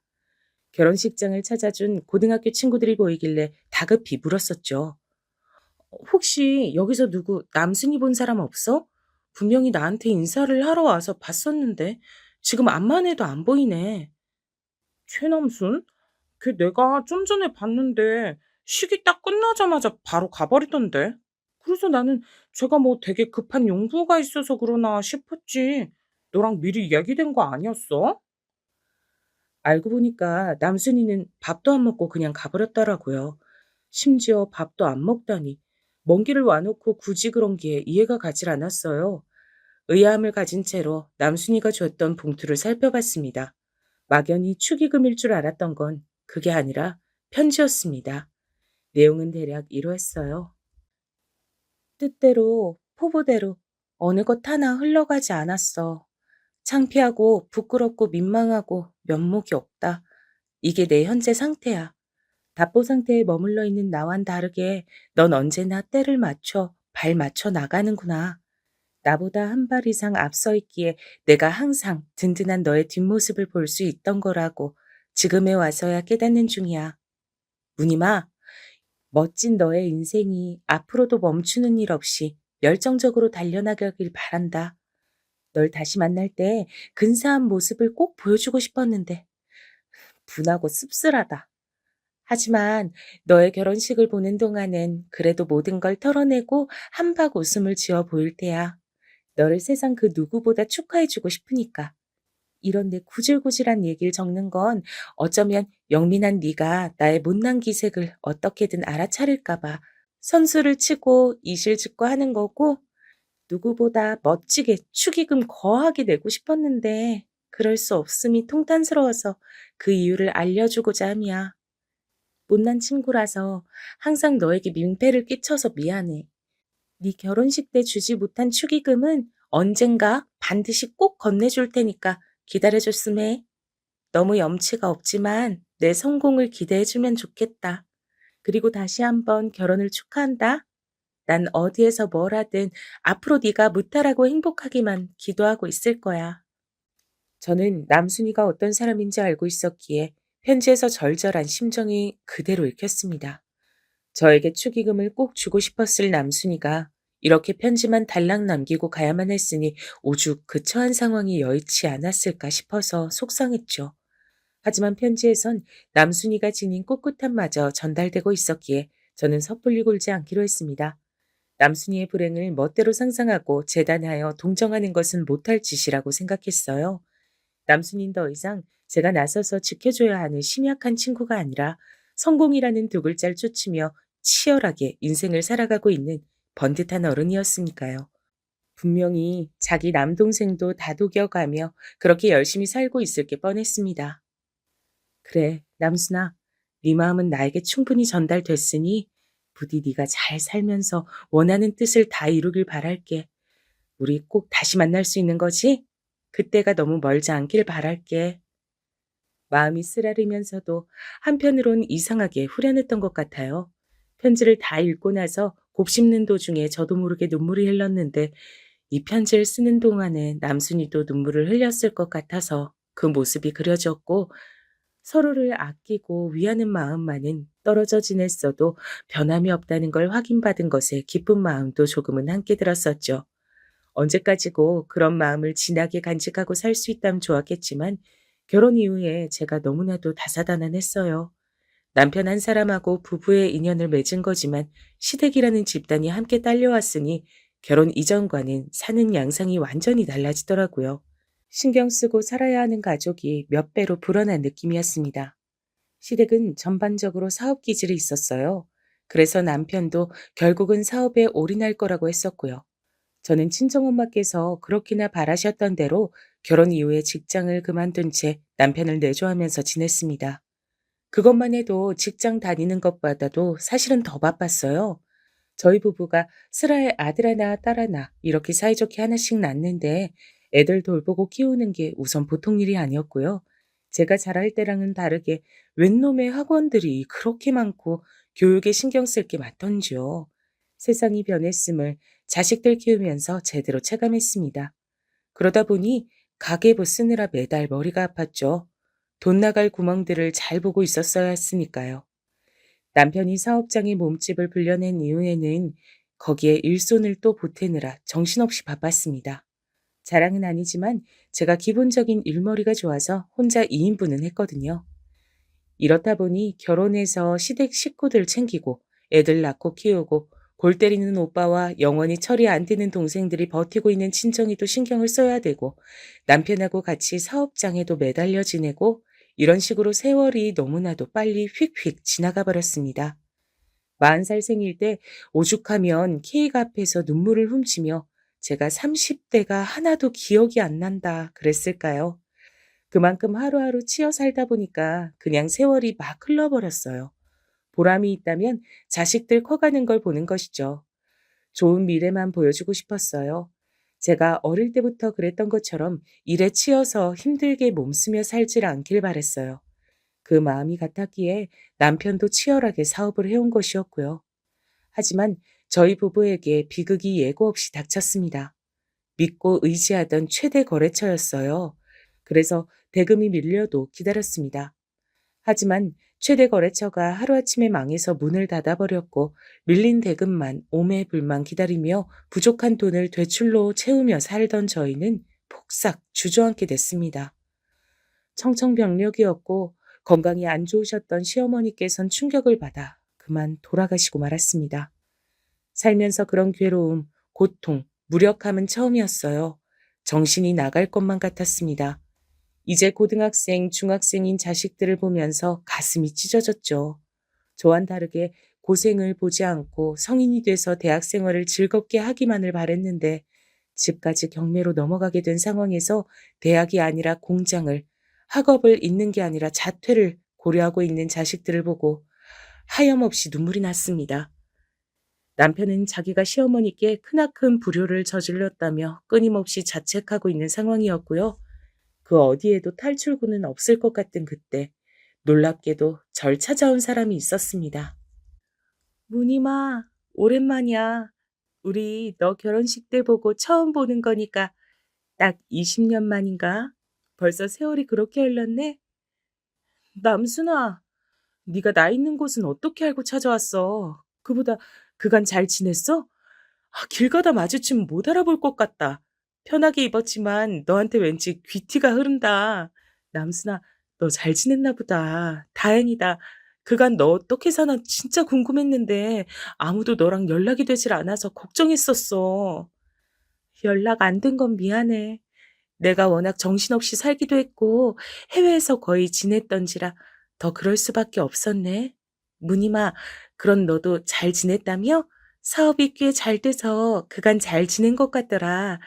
근데 너를 만나고 싶어서 내가 귀국한 이 시기가 공교롭게도 네가 어려운 때인 것 같아서 마음이 좀 어렵더라. 괜찮다고 해야 했는데 입이 안 떨어졌습니다. 방심하면 눈물이 날 것 같아서 입을 꾹 닫고 그저 미소만 지었죠. 전 어쩌다 보니 이렇게 됐단 대답을 애써 태연하게 내놨어요. 그러자 남순이가 가방에서 봉투를 꺼내 들었습니다. 저는 단박에 손부터 내줬죠. 너 그거 뭐야? 설마 돈이야? 내 사정 듣고 이러는 거라면 나야말로 마음이 어려워져. 이러지 않아도 돼. 아니, 꼭 받아줘야 돼. 왜냐면 이건 내가 20년이나 걸려서 주게 된 축의금이니까. 뭐? 추, 축의금이라고? 설마 그동안 까맣게 잊고 있었던 건 아니지? 내가 주겠다 그랬잖아. 그때 못 준 축의금 말이야. 20년이나 걸릴 줄은 몰랐어. 그래서 내 딴엔 이자를 넉넉하게 넣어본다고 했는데 부디 받아줬으면 좋겠다. 저는 축의금이라는 말을 들었을 때부터 눈시울이 뜨거워졌는데 봉투 안을 확인하고 나선 그만 오열하고 말았습니다. 빼곡하게 된 건 일반 지폐가 아니라 수표였기 때문입니다. 거액이라는 것이 바로 가늠되었고 저는 주체할 수 없이 울기 시작했어요. 절 바라보던 남순이도 이내 눈물을 흘리며 저를 부둥켜 안았습니다. 그 안에 든 건 무려 5억이었습니다. 요즘 가치로도 5억은 엄청난데 당시엔 더욱 큰 숫자였죠. 어떻게나 이렇게 큰 돈을 줄 수 있냐고 전 울면서 계속 그걸 물었던 것 같아요. 남순이는 그간 자기 개발을 꾸준히 하면서 해외에 나가 일을 하는 재원으로 성장했고, 그러면서 열심히 돈을 모았다고 합니다. 중간에 괴로운 일들도 있었지만 성공하겠다는 저와의 약속을 떠올리며 이겨냈대요.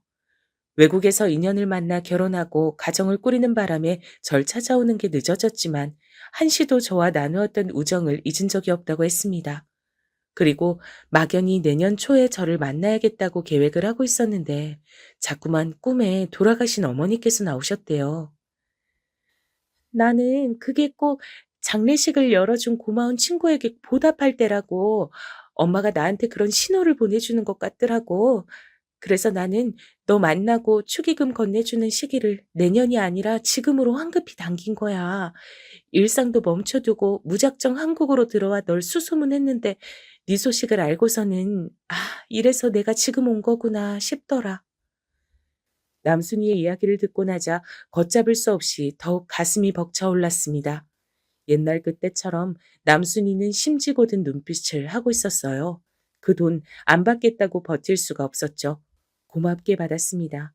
그리고 덕분에 저희 가족에게 닥친 일생일대의 위기를 이겨낼 수 있었어요. 저희 네 식구는 물론 친정과 시댁 일가 모두 남순이에게 이루 말할 수 없이 고마워했습니다. 남순이는 딱 일주일 머무르다 다시 출국했어요. 그러면서 저에게 고마운 심세만 졌던 과거와는 다르게 이번엔 자기가 고맙다는 인사를 실컷 들을 수 있어서 감개가 무량하다며 너무 뿌듯하고 보람된단 말을 남겼죠. 저에게 돈 갚을 생각 말라고 신신당부하는 것도 잊지 않았답니다. 그 이후로도 저희 두 사람의 우정은 계속됐어요. 저희 가족이 단체로 남순이 사는 곳으로 놀러 간 적도 있었고요. 반대로 남순이 가족들이 한국에 함께 놀러 왔을 때 저희 가족이 제대로 여행턱을 쏜 적도 있었죠. 이어지는 인연이란 이토록 소중하다는 것을 깨우칠 수 있다는 것 자체가 제 인생이 고맙게 느껴지는 이유랍니다.